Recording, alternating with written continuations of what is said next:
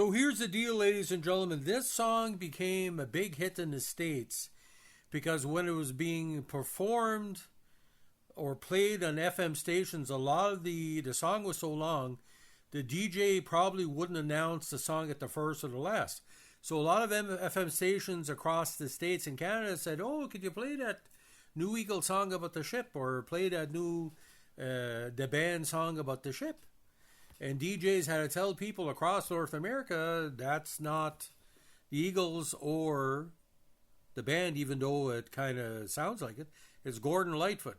So today we're going to be talking about his power history ballad. You know, he was well known for that. You know, the Train trilogy in Canada, and If You Could Read My Mind. It's called The Wreck of the Edmund Fitzgerald. It's a song based on a true life incident.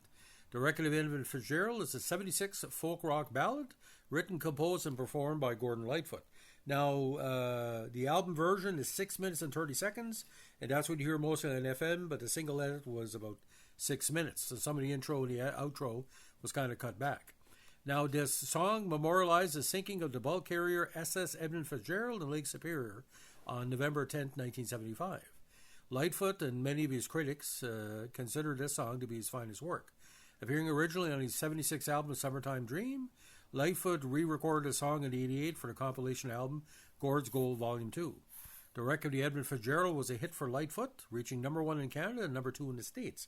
Now, this song is a dedicated song to people that work at jobs that put their life at risk. It's kind of a tribute to lumberjack, miners, mill workers, steel workers. You know, you give up your life to feed your family. It just happened to be, it was, carrier ships.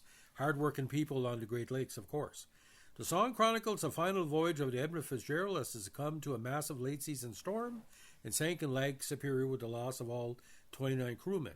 Lightfoot drew inspiration from news reports he gathered in the immediate aftermath, particularly the Cruelest Month, published in Newsweek, November 24th edition. Lightfoot's passion for recreational sailing on the Great Lakes informs his ballads verses throughout. Recorded before the ship's wreckage could be examined, the song contains some artistic conjectures, omissions, and paraphrases. In later interviews, Lightfoot recounted how he had agonized over possible inaccuracies while trying to pen the lyrics until his lead guitarist Terry Clements convinced him to do what Clements' favorite author Mark Twain would advise: just tell the story. In March 2010, Lightfoot changed a line during live performance to reflect new findings. There had been no crew error involved in the sinking. The line originally read, "At 7 p.m. the main hatchway caved in." He said. Lightfoot began singing it as "At 7 p.m. it grew dark," as was then he said. Lightfoot learned about the new research when contacted for permission to use the song for a History Channel documentary that aired on March 31st, 2010. Lightfoot stated he had no intention of changing the original copyrighted lyrics. Instead, from then on, he simply sang the new lyrics during the performances. Now, the final voyage. The SS Edmund Fitzgerald was an American Great Lakes freighter that sank in Lake Superior. When launched on June 7, 1958, she was the largest ship on North America's Great Lakes and remains the largest to have sunk there. She was located in deep water on November 14, 1975 by the U.S.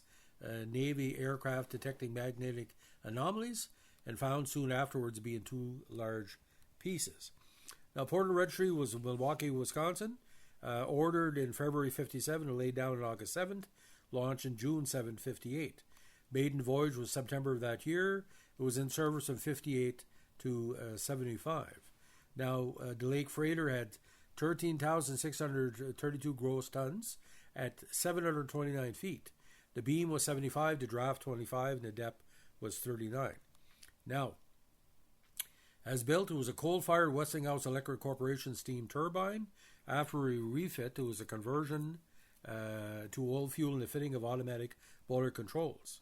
It carried 72,000 U.S. gallons of fuel oil when in use. Now, the final voyage. Ernest McSorley was the last captain of the SS Edmund Fitzgerald, perishing along with the other 28 members of his crew. It left Superior, Wisconsin at 2:15 p.m. in the afternoon of November 9th under the command of Captain McSorley. She was en route to the steel mill on Zug Island near Detroit, with a cargo of 26,116 long tons of taconite ore pellets and soon reached her full speed of 60 miles an hour. Now, around 5 p.m., Edmund Fitzgerald joined the second freighter under the command of Captain Jesse B. Burley Cooper. Arthur M. Emerson, destined for Gary out of Two Harbors, Minnesota. The weather forecast was not unusual for November, and the National Weather Service predicted that a storm would pass just south of Lake Superior by 7 a.m. Now, what happened? By late in the afternoon, November 10th, sustained winds over 50 knots, nearly 100 kilometers an hour, were recorded by ships and observation points across eastern Lake Superior. Arthur M. Emerson logged sustained winds as high as 107 kilometers an hour, while waves increased to as high as 25 feet. The Arthur Anderson was also struck by 130 to 139 kilometer gusts and rogue whales at 35 feet. Now, at approximately 7:10 p.m., when Arthur Anderson notified Edmund Fitzgerald of an upbound ship and asked how she was doing, McSorley reported, "We are holding our own." She was never heard from again. No distress signal was received, and 10 minutes later, Arthur Anderson lost the ability either to reach them by radio detector on radar. Now, Captain Cooper of the Anderson first called the U.S. Coast Guard in Sault Ste. Marie at 7:39 p.m. on Channel 16, the radio distress frequency. The U.S. CJ responders instructed them to call back on Channel 12, and unfortunately, the Fitzgerald could not be reached and not successful. It didn't survive. Now, different search parties tried to find it. Although the search recovered debris, including lifeboats and rafts, none of the crew were found. On her final voyage, Fitzgerald's crew consisted of 29 people, including the captain, the first, second, and third mates, 5 engineers, 3 oilers, a cook, a wiper, 2 maintenance men, 3 watchmen, 3 deckhands, 3 wheelsmen, 2 porters, a cadet, and a steward. Now, the Edmund Fitzgerald is among the largest and best-known vessels lost in the Great Lakes, but she's not alone in the Lake Superior seabed in that area. In the years between 1816, when Invincible was lost, and 1975, when the Edmund Fitzgerald sank, the Whitefish Point area has claimed at least 240 ships. Now, of course, Gordon talks about that in the song. Now, the melody for the song was later adapted by Bobby Sands for his song Back Home in Deary. When asked about a similarity and why he did not pursue copyright infringement, Lightfoot said that the melody was just an old Irish folk song, an old Irish dirge. I think I took it from that. It's all folk music and it's all out there for everyone to enjoy. Recorded in December 75 at Eastern Sound, a recording studio composed of 2 Victorian houses in Yorkville, Toronto. The studio was later demolished and replaced by a parking lot. Thank you, Joni Mitchell.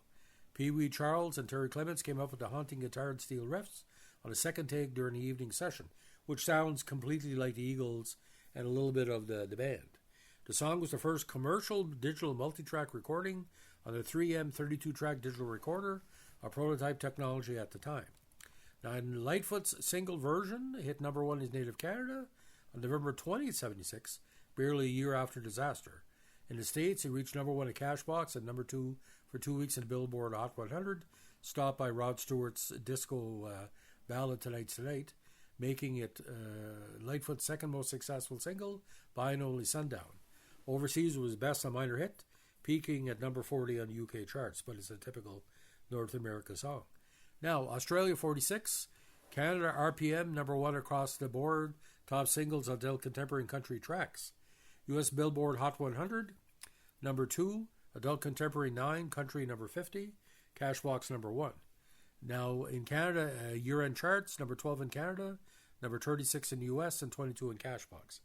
So, also charted on Hot Rock and Alternative Songs of Billboard in 2023 at top 20, some 40 years after the original, 50 years after original release. Gordon Lightfoot is featured on 12-string acoustic guitar and vocals, Terry Clements on electric guitar, Pee Wee Charles on pedal steel guitar, Rick Haynes on electric bass, Barry Keane on drums, and Gene Martinick on the Moog. Now, this is considered, again, a top 10 Canadian song of all time, even though it's about a Canadian disaster. But just like, Working Man I Am by Rita McNeil, all the, like Acadian Driftwood, the tragedy songs by Canadian artists are well known. And let me tell you something, ladies and gentlemen. If you listen to the song, it's played an awful lot in Canada, like waiting for a big concert to start. And people know the lyrics, and there's not one Canadian that listens to the song. that we don't cry. What's kind of ironic, ladies and gentlemen, we've been abandoned by the United States over the last year because of Trump with tariffs and said it's an imaginary border. But we sang a song in tribute to the U.S. people that died, and this is how they pay us back. Because they make fun of us in the States, and one guy said, "Oh, Gordon Lightfoot should have been American." And like Gordon Lightfoot once said, "I'm Canadian from the top of my head to the bottom of my feet." You look at Neil Young and Joni Mitchell and all the great Canadian singers, the band, Robbie Robinson. You look at Burton Cummings and Randy Bachman. I think every American should take a moment and just saying, without Canada, you wouldn't have the songs that the Eagles ripped off. And no offense, but most of you are American, like Bruce Springsteen as well. Like the Story songs is a completely rip off of the Edmund Fitzgerald. So again, we view the States right now as not our friends anymore, and all I can say, I wish you luck in your future endeavors. The Edmund Fitzgerald is our song, and it's a tribute to every hard-working person without borders. So ladies and gentlemen, if you like what you're doing here and Behind the Tracks, let us know in the like, comment, subscribe, or share.